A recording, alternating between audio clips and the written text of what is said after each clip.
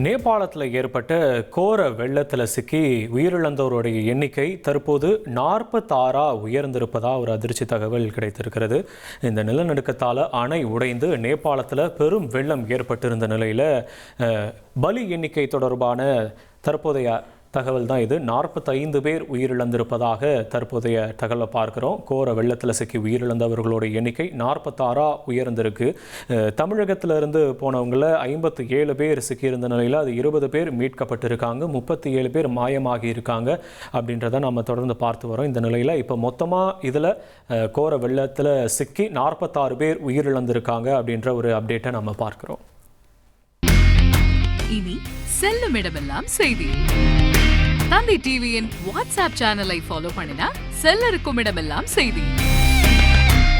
இதோ QR code இப்பவே scan பண்ணுங்க, ஃபாலோ பண்ணுங்க.